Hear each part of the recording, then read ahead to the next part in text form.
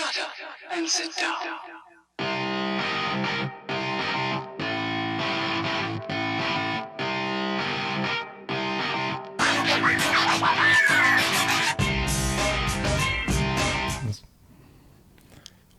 Hello, guys. Hello, guys. Hello. So, we are here with the one and only Peoples Champion Heavyweight Irman Smajic, everybody. Everyone's been waiting for this for a long time, I'm going to tell you. Yeah. Oh, thank you for that. Thank you. Thank you for coming on, man. Yes, and thank you for waiting while we're having technical difficulties, but, you know, shit happens. So, yeah, and by the way, thought I'd tell you as well, you can swear. I remember last time with us, you know. So let's start with how your MMA journey started, shall I say? Oh, I was a fat guy. That was how everything started. Yeah. I was 30 years old, and my daughter was like, I think 4 or something. Mm-hmm. So we were at the playground, and she ran away from me. I was weighing around 155 kilos or something. Oh, wow. And it was a pretty difficult time in my life. So I thought to myself, I have to do something about it. I cannot have like 4 years old daughter running away from me. At least they're fast. Being unable to catch up. up. I was fat. So, and it was like I have to do something about it. And at least I wanted to play with my daughter, or I had only one then, and you know, with my background of like working at the hospital and things like that, I was a little bit of shame. I'm living in a pretty small town, so I was like, I have to do something.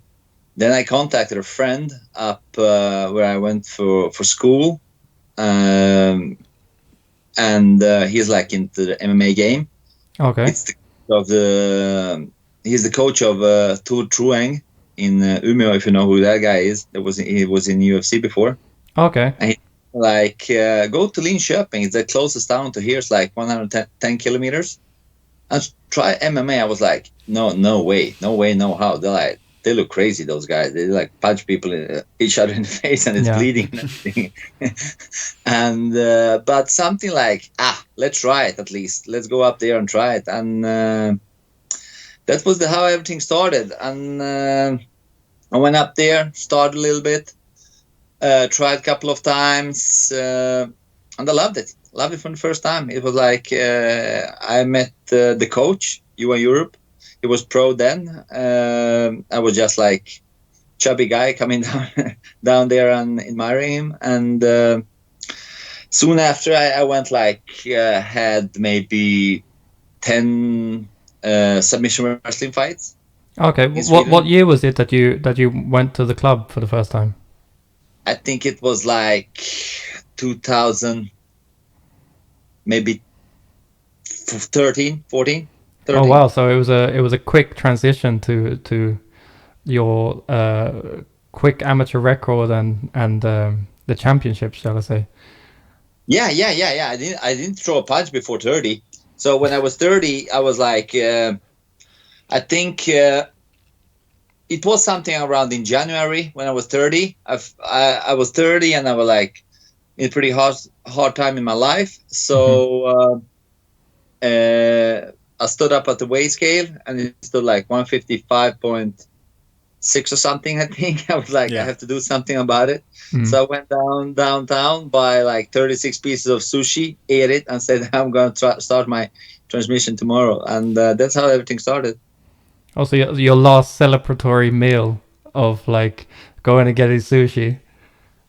It was 30 pieces of sushi. And I was like, I'm going to lose weight tomorrow.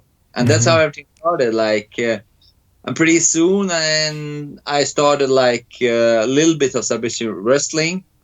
Just like, I loved it. And then I got a call that they asked me if I wanted me do a shoot fighting fight. It's like MMA without punching at the ground. Okay. Why not? And that was probably the best thing that ever happened to me, because I met a guy called Tobias Mosching in Gothenburg, and he was like a wrestler from Sweden who like won lots of golds and medals in Sweden. She's an old school wrestler. So I think I punched him like 300 times, but he threw me like a baby around. Like I was like, I think that movie, that film is on YouTube somewhere. Hided well. Hope. Oh, okay.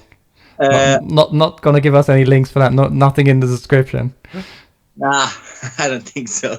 So it was my first fight. I lost. I was like, what the fuck just happened? I was like, yeah, I have to do something. I have to at least win once to like quit this. So I never mentioned like my meaning wasn't like to continue with this or anything. It was like I have to win once.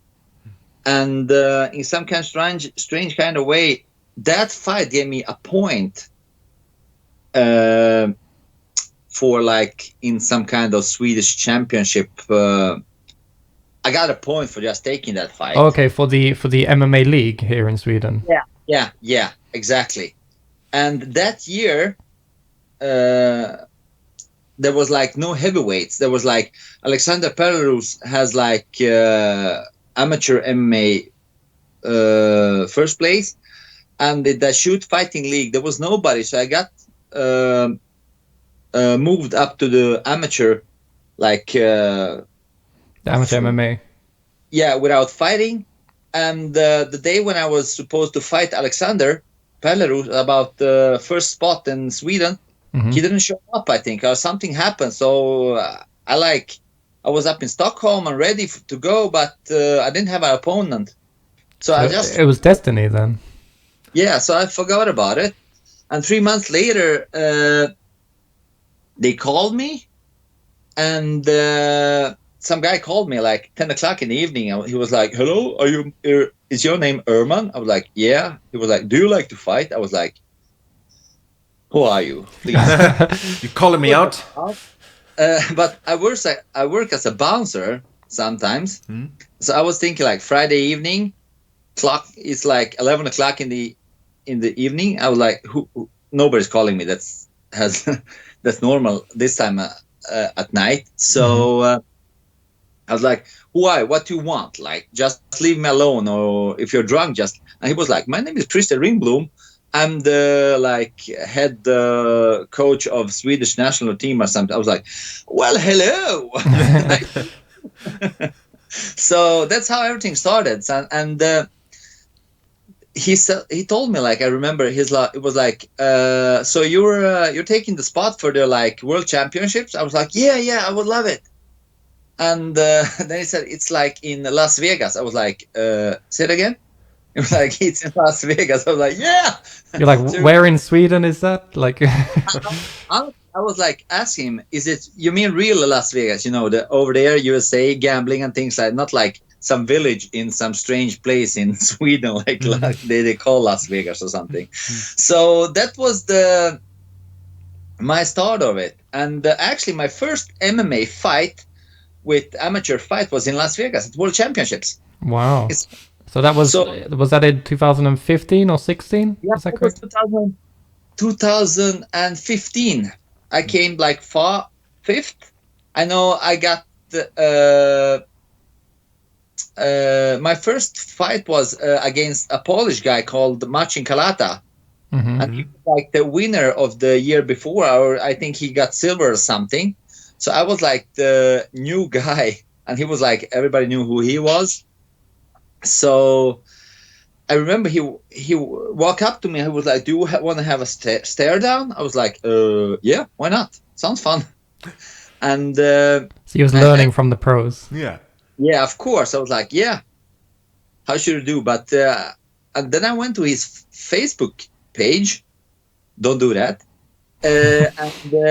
And it stood like poor Swede tomorrow. I was like, what, you filthy fuck. Fuck. Then I really got mad. So I think in that fight day after, I think I broke his hand and his jaw or something.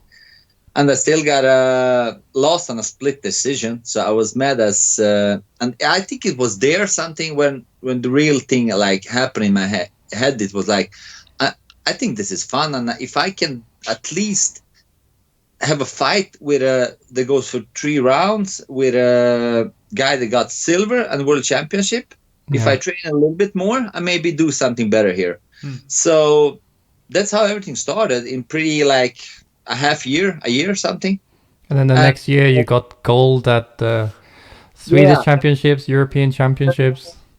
yeah, it was like next year I went back to the world championships and got the gold. And the year after, I was the first guy that defended it.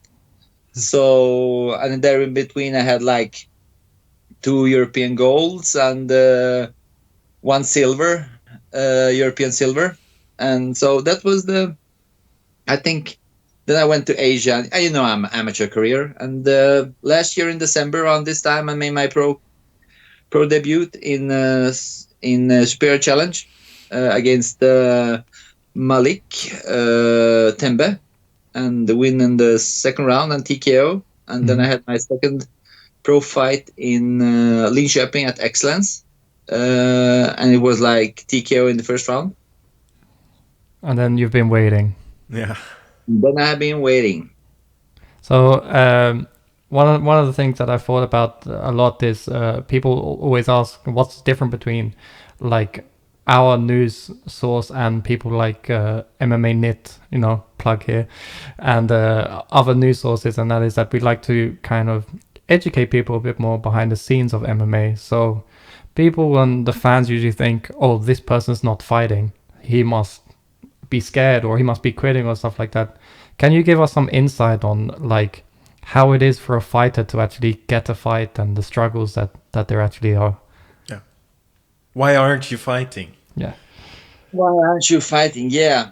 Let's start like this. Last fight that I had in Excellence, I think it was like you can ask Anders. He is like manager of that Excellence. I think he told me like it was 9 or 11 people that backed out of the fight that were asked. So the heavyweights aren't the easy way to find, and I don't know honestly why is that, because I think we have lots of internet warriors. That's in everything, really. Yeah. Yeah, because for this fight in Stockholm now, first was it the 2 guys from Norway, I think, was asked. Nothing happened with that, and it was we talked about some guy from Finland. Nothing there. There was some French guy and a Danish guy, and in the end, I think we ended up with Jose from Spain. Mm-hmm. And this morning, I got a call that Jose is injured. Oh fuck! So that's sad to hear, man. Yeah. So they're working on it. They're saying they're trying to get a new guy until Monday, but every time you put in like, because for me, I live in Västervik, it's a small town in Sweden, and I travel a lot, like 110 kilometers for every practice one way. Yeah. I go to Stockholm, it's like 300 kilometers. And you put in like 8 weeks I quit my job with dentistry and everything. So I'm doing bouncing and working with like people with addiction problems and things like that. So I changed all my life. Mm-hmm. When you put 8 weeks of your life for something, and like in the end, like week before, somebody's like backing out, it's not fun. No, definitely not. Got to be really rough to commit yourself like that and have it fall out. But the way I see it now is there's 2 heavyweights that are both looking for fights on Superior Challenge, right? Yeah. So aren't you gonna fight each other? Yeah, the simplest thing would be to fight each other. Is that what you're hoping for? Or is that what's gonna happen? Nah, I'm hoping for that. Yeah. So it's again something that is out of your hands. The same as looking for an actual fight. It's something that is out of your hands. Yeah, and I hate it. And I hate it. We like, I known about Jose for like 4 weeks, and even if I had a camp for like only 3-4 weeks or something, I was like preparing for a guy. And we were preparing for somebody. At least my coach has been looking at him a little bit.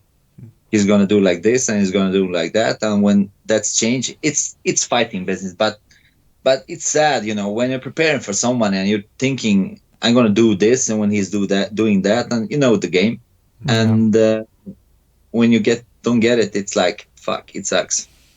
Let's start all over. And sometimes it's like, it's 2 weeks from fighting now, so I don't even know if I have I will have a opponent.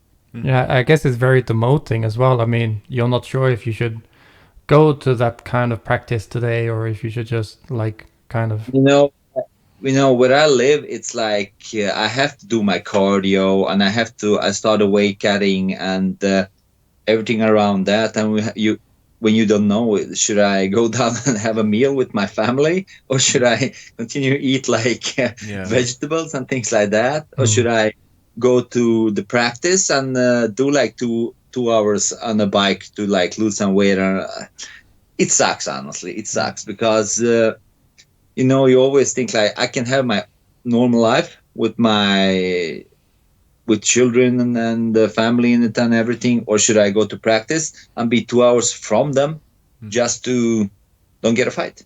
Yeah. So it sucks. And I mean, a little kind of personal side comment, because you and I have spoke quite a lot, and I know that you're very family orientated, and you want to fight to provide, and not only to provide for your family, but to show people in the world that you belong in this division as a Swedish heavyweight.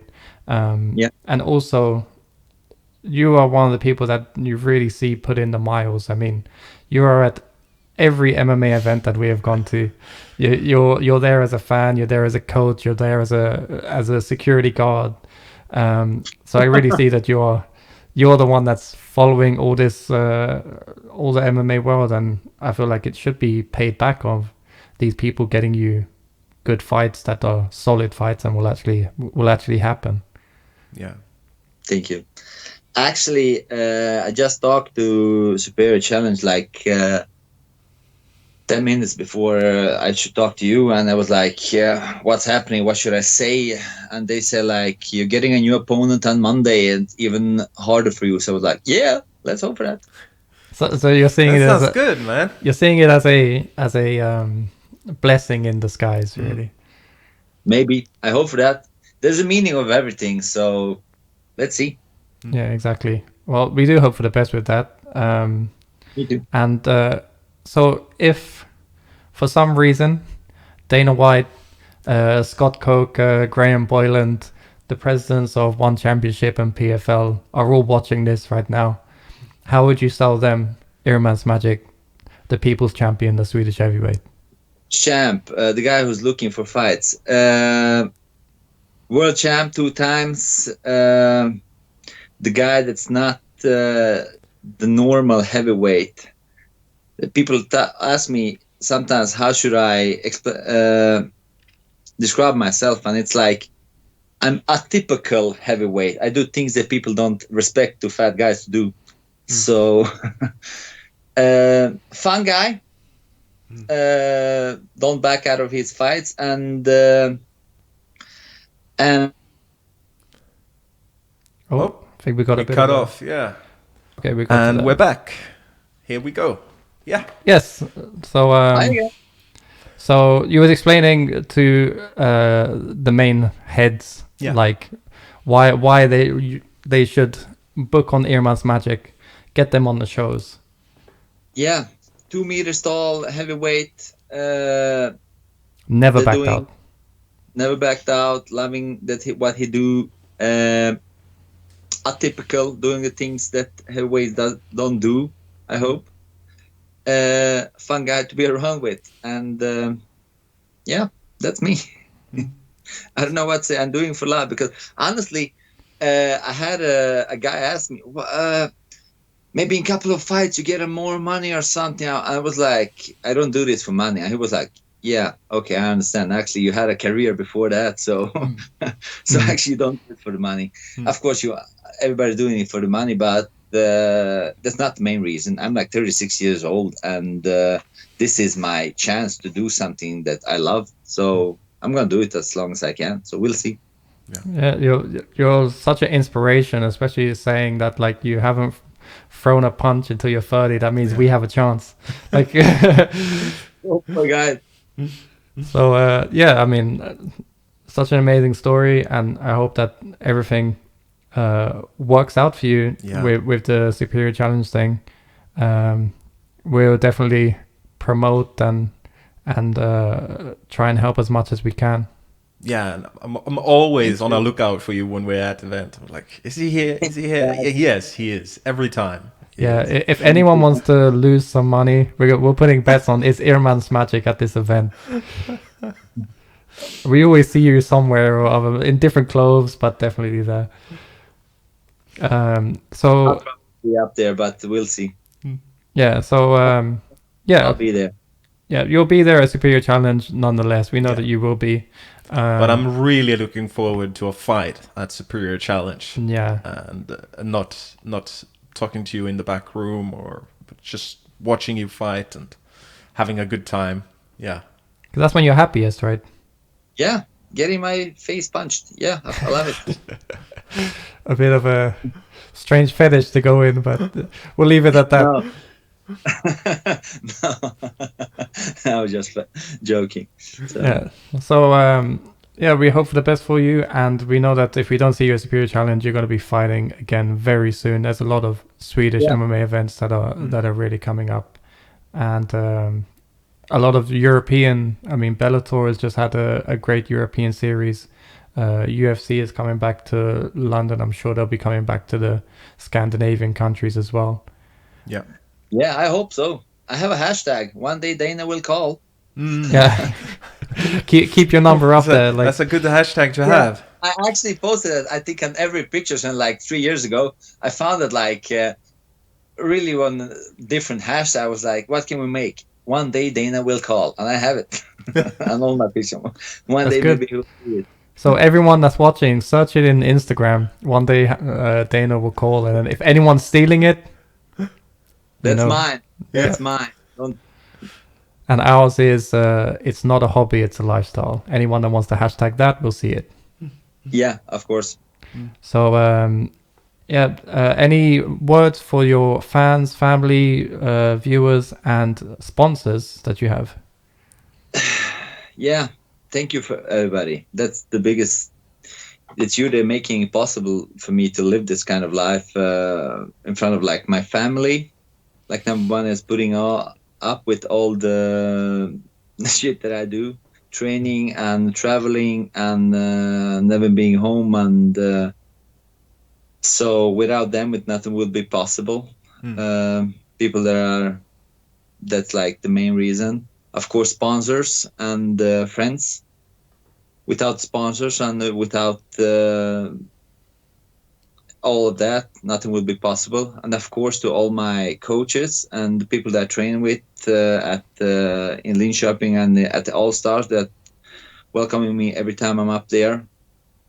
Biggest thanks. It's like without all of those people, nothing would be possible, and without you guys making me sitting here. So thank you, everybody. Well, thank you. I'm Without sure the people, fighters, we can't do this. So thank you. I'm sure people will want to know. Yeah. And so we're always rooting for you. We're rooting for you so much that we want to know where to get those beautiful T-shirts that you're selling as well. Just contact me. You get them. I promise. There we go. Yeah, so anybody that's in support of the People's Champion Irman Smajic, hit him up on the DMs as well. Yeah, Instagram or Facebook, and send them all over the world.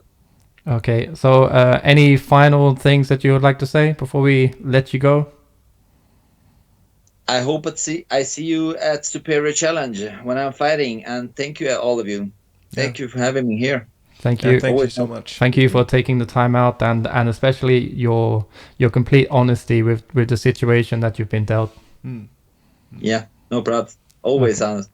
Yeah, exactly. That's the way you should be, everybody. No lies. So we're going to let go of Irman Smajic. Everybody have a great weekend, and we'll see you all at Superior Challenge, even you. Bye. Bye. Yeah. Peace.